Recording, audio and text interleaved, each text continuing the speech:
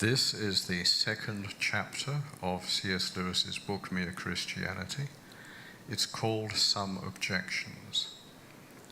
In order that you, the listeners, can connect this chapter with what came before it, I'm going to read the last paragraph of the previous talk. C.S. Lewis says, "These, then, are the 2 points I wanted to make. First, that human beings all over the earth have this curious idea that they ought to behave in a certain way and cannot really get rid of it. Secondly, that they do not in fact behave in that way. They know the law of nature, they break it.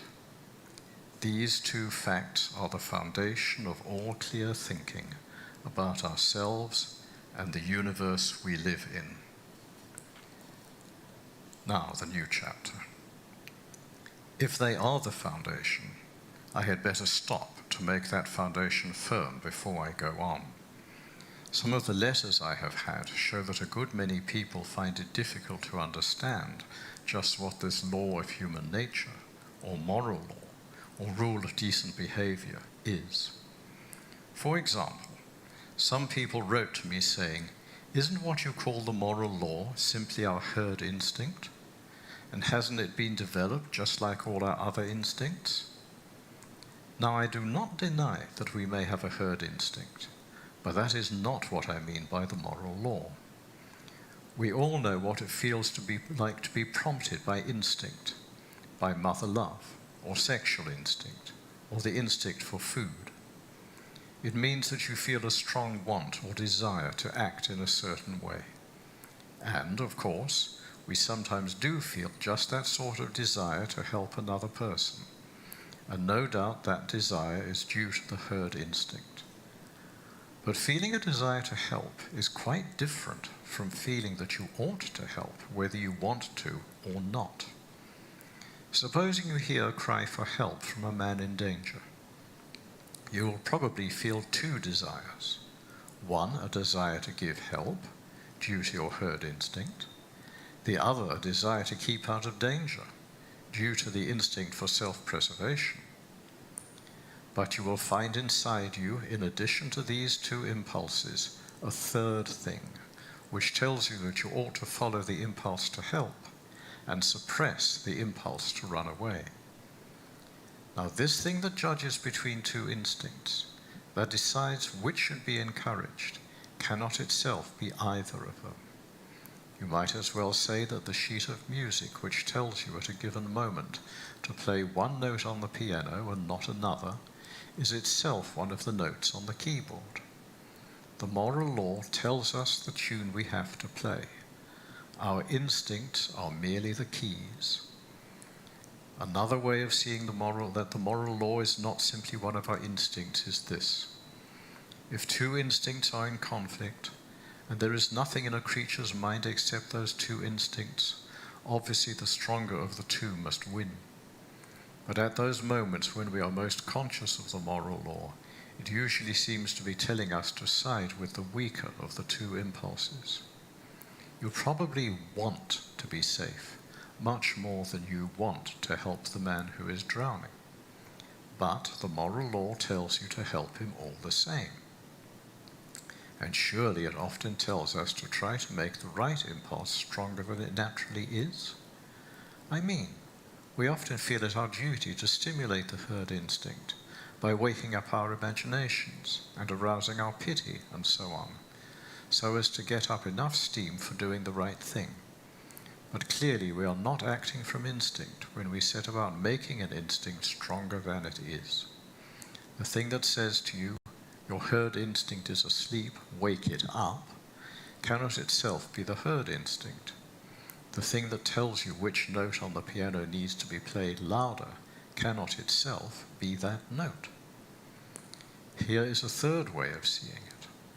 If the moral law was one of our instincts, we ought to be able to point to some one impulse inside us, which was always what we call good, always in agreement with the rule of right behavior. But you cannot. There is none of our impulses which the moral law may not sometimes tell us to suppress, and none which it may not sometimes tell us to encourage.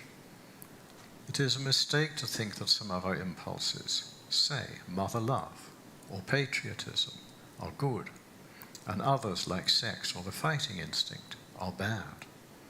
All we mean is that the occasions on which the fighting instinct or the sexual desire need to be restrained are rather more frequent than those for restraining mother love or patriotism. But there are situations in which it's the duty of a married man to encourage his sexual impulse, and of a soldier to encourage the fighting instinct. There are also occasions on which a mother's love for her own children or a man's love for his own country have to be suppressed, or they will lead to unfairness towards other people's children or countries. Strictly speaking, there are no such things as good and bad impulses. Think once again of a piano. It has not got two kinds of notes on it, the right notes and the wrong ones. Every single note is right at one time and wrong at another. The moral law is not any one instinct or any set of instincts. It is something which makes a kind of tune, that is, the tune we call goodness or right conduct, by directing the instincts. By the way, this point is of great practical consequence. The most dangerous thing you can do is to take any one impulse of your own nature and set it up as the thing you ought to follow at all costs. There is not one of them which will not make us into devils if we set it up as an absolute guide. You might think of love of humanity in general as safe, but it is not. If you leave out justice, you will find yourself breaking agreements and faking evidence in trials for the sake of humanity, and become in the end a cruel and treacherous man. Other people wrote to me saying, "Isn't what you call the moral law just a social convention, something that is put into us by education?" I think there is a misunderstanding here. The people who ask that question are usually taking it for granted that if we have learned a thing from parents and teachers, then that thing must be merely a human invention. But, of course, that is not so. We all learned the multiplication table at school. A child who grew up alone on a desert island would not know it. But surely it does not follow that the multiplication table is simply a human convention, something human beings have made up for themselves, and might have made different if they liked. I fully agree that we learn the rule of decent behavior from parents and teachers and friends and books, as we learn everything else. But some of the things we learn are mere conventions, which might have been different. We learn to keep to the left of the road, but it might just as well have been the rule to keep to the right. And others of them, like mathematics, are real truths. The question is to which class the law of human nature belongs. There are two reasons for saying it belongs to the same class as mathematics. The first is, as I said in the first chapter, that though there are differences between the moral ideas of one time or country and those of another, the differences are not really very great, not nearly so great as most people imagine, and you can recognize the same law running through them all, whereas mere conventions, like the rule of the road or the kind of clothes people wear, may differ to any extent. The other reason is this. When you think about these differences between the morality of one people and another, do you think that the morality of one people is ever better or worse than that of another? Have any of the changes been improvements? If not, then of course there could never be any moral progress. Progress means not just changing, but changing for the better. If no set of moral ideas were truer or better than any other, there would be no sense in preferring civilized morality to savage morality, or Christian morality to Nazi morality. In fact, of course, we all do believe that some moralities are better than others. We do believe that some of the people who tried to change the moral ideas of their own age were what we would call reformers or pioneers, people who understood morality better than their neighbors did. Very well then.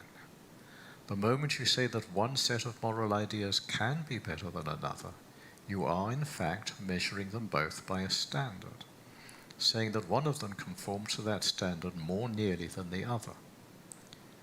But the standard that measures two things is something different from either. You are, in fact, comparing them both with some real morality, admitting that there is such a thing as a real right, independent of what people think, and that some people's ideas get nearer to that real right than others. Or, put it this way, if your moral ideas can be truer and those of the Nazis less true, there must be something, some real morality, for them to be true about. The reason why your idea of New York can be truer or less true than mine is that New York is a real place, existing quite apart from what either of us thinks. If when each of us said New York, each means merely the town I am imagining in my own head, how could one of us have truer ideas than the other? There would be no question of truth or falsehood at all. In the same way, if the rule of decent behavior meant simply whatever each nation happens to approve, there would be no sense in saying that any one nation had ever been more correct in its approval than any other.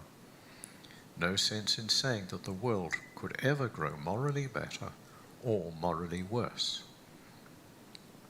I conclude then that though the differences between people's ideas of decent behavior often make you suspect that there is no real natural law of behavior at all, yet the things we are bound to think about these differences really prove just the opposite. But one word before I end. I have met people who exaggerate the differences because they have not distinguished between differences of morality and differences of belief about facts.